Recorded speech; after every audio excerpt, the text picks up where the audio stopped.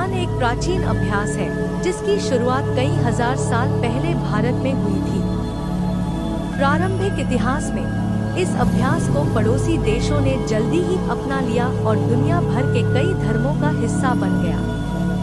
आज ध्यान के लिए प्रयुक्त शब्दावली का प्रचलन 12वीं शताब्दी ईसा से पहले नहीं हुआ था, जो लैटिन शब्द मेडिटेटिव से आया है। प्राचीन इतिहास ध्यान का उल्लेख करने वाले सबसे पुराने अभिलेखों में वेदांतवाद शामिल है, जो भारत में हिंदू परंपरा है, जो लगभग 1500 ईसा पूर्व की है। हालांकि इतिहासकारों का मानना है कि ध्यान का अभ्यास इस समय से पहले यानी 3000 ईसा पूर्व से ही किया जाता था। 600 से 500 ईसा पूर्व के बीच ताओवादी चीन और बौद्ध भारत में अन्य ध्यान रूपों का विकास दर्ज किया गया था। हालांकि इन प्रथाओं में विशेष रूप से बौद्ध ध्यान की सटीक उत्पत्ति पर इतिहासकारों के बीच बहस जारी है। ऐसा माना जाता है कि नैतिकता, चिंतनशील एकाग्रता, ज्ञान और मुक्ति के सूत्र में ध्यान को एक केंद्रीय घटक के रूप में शामिल किया गया था। पतंजलि के योग सूत्र, जिसमें योग के 8 अंगों की रूपरेखा दी गई है, 400 से 100 ईसा पूर्व के बीच संकलित किए गए थे। इसी अवधि के दौरान भगवद गीता लिखी गई थी, जिसमें योग, ध्यान और आध्यात्मिक जीवन जीने के अभ्यास के दर्शन पर चर्चा की गई है। ध्यान का अभ्यास सिल्क रोड के माध्यम से पश्चिम में अन्य संस्कृतियों में भी फैल गया और यहूदी धर्म जैसे धर्मों को प्रभावित किया। बाद में 3री शताब्दी ईस्वी में प्लोटिनस ने ध्यान संबंधी तकनीकें विकसित की, हालांकि उन्हें ईसाई धर्म में आसानी से एकीकृत नहीं किया गया। आरंभिक इतिहास एक जापानी भिक्षु दोशो ने 653 में चीन की यात्रा के दौरान जैन की खोज की और देश लौटने पर जापान में ध्यान के अभ्यास की शुरुआत की। ध्यान के लिए पहला हॉल खोला। 8वीं शताब्दी ईस्वी से जापान में यह अभ्यास काफी बढ़ गया, जिसके साथ ध्यान का अभ्यास भी आया। ध्यान शब्द लैटिन शब्द मेडिटेटिव से आया है, जिसका अर्थ है विचार करना। भिक्षु गुइगो द्वितीय ने 12वीं शताब्दी ईसा में पहली बार इस शब्दावली का प्रयोग किया था। ध्यान का इतिहास, मध्य युग और आधुनिक इतिहास। मध्य युग के दौरान ध्यान की प्रथा बढ़ी और प्रार्थना के रूप में कई धार्मिक परंपराओं में विकसित हुई, जैसे कि यहूदी ध्यान। 18वीं शताब्दी में ध्यान की प्राचीन शिक्षाएं पश्चिमी संस्कृतियों के लोगों के बीच अधिक लोकप्रिय होने लगी।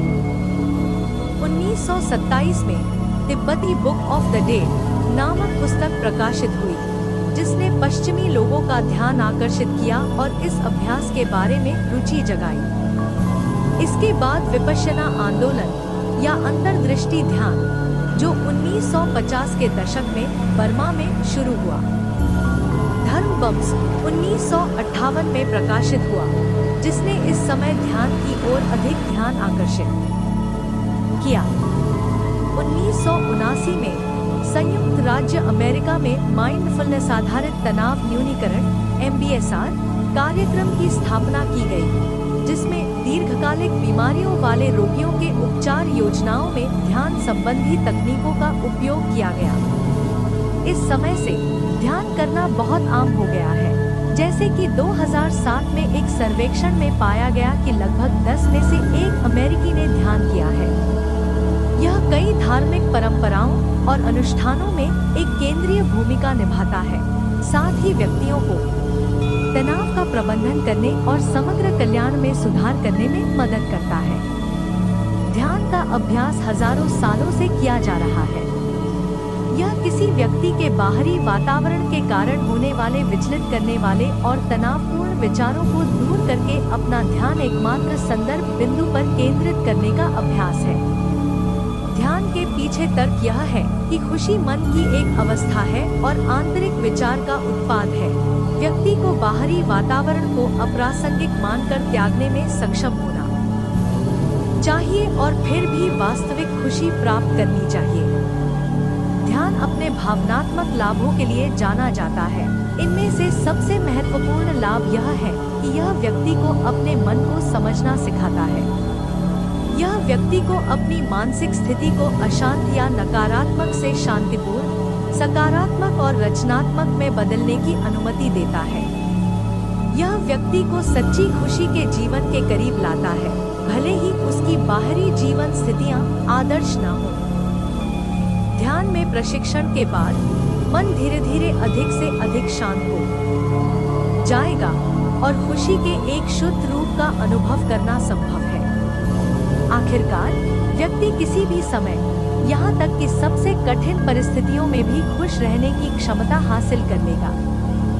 चिकित्सा स्थिति से पीड़ित लोगों पर ध्यान के सकारात्मक प्रभाव का समर्थन करने के लिए अनुसंधान भी बढ़ रहा है। यह विशेष रूप से सच है यदि तनाव से स्थिति खराब हो जाती है। इन स्थितियों में चिंता, अवसाद, तनाव और नशे की लत व्यवहार शामिल है। दुर्भाग्य से चिकित्सा स्थितियों से पीड़ित सभी लोगों को ध्यान से लाभ नहीं मिलता है, क्योंकि उन्हें लंबे समय तक शांत, आराम से बैठने और गहरी सांस लेने में परेशानी हो सकती है। ऐसे लोगों में attention deficit hyper activity disorder या सिजोफ्रेनिया वाले लोग शामिल हैं। मध्यस्थता करने के लिए निम्नलिखित 4 तत्वों को जानना आवश्यक है, क्योंकि उन्हें लंबे समय तक शांत, आराम से बैठने और गहरी सांस लेने में परेशानी हो सकती है। ऐसे लोगों में attention deficit hyper activity disorder या सिजोफ्रेनिया वाले लोग शामिल हैं।